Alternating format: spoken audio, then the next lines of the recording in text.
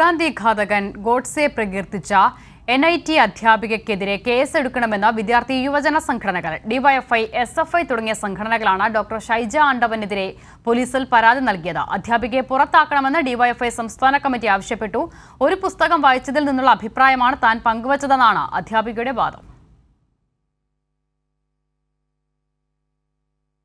ഗാന്ധി രക്തസാക്ഷി ദിനത്തിൽ കൊലയാളി നാഥുറാം ഗോഡ്സെയെ പ്രകീർത്തിച്ച് ഫേസ്ബുക്ക് കമന്റിട്ട കോഴിക്കോട് NIT അധ്യാപികയ്ക്കെതിരെ പ്രതിഷേധം ശക്തമാകുന്നു. ഡോക്ടർ ഷൈജ ആണ്ടവനെതിരെ കേസെടുക്കണമെന്ന് ആവശ്യപ്പെട്ട് വിദ്യാർത്ഥി യുവജന സംഘടനകൾ പോലീസിൽ പരാതി നൽകി. ഡിവൈഎഫ്ഐ, SFI തുടങ്ങിയ സംഘടനകളാണ് പോലീസിനെ സമീപിച്ചത്.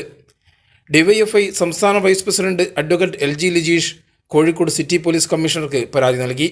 SFI കുന്നമംഗലം പോലീസിലും പരാതി നൽകിയിട്ടുണ്ട്. KSU, MSF സംഘടനകളും പോലീസിനെ സമീപിച്ചു.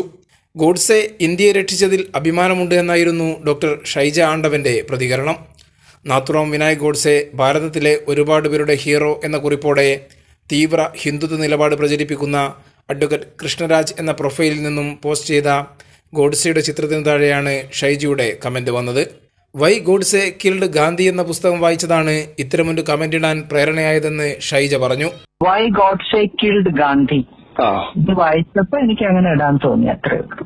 അതുകൊണ്ട് തന്നെ മേഡം അത് പോസ്റ്റ് പിൻവലിക്കുന്നില്ല, കമന്റ് പിൻവലിച്ചിട്ടുമില്ല. ഞാനത് ആർട്ടിക്കിൾ വായിച്ചപ്പോ എനിക്ക് അങ്ങനെ ഇടാൻ തോന്നി, അത്രേ ഉള്ളൂ. കോഴിക്കോട് NITയിലെ മെക്കാനിക്കൽ എഞ്ചിനീയറിംഗ് വിഭാഗം പ്രൊഫസറാണ് ഷൈജ ആണ്ടവൻ. കൈരളി ന്യൂസ്, കോഴിക്കോട്.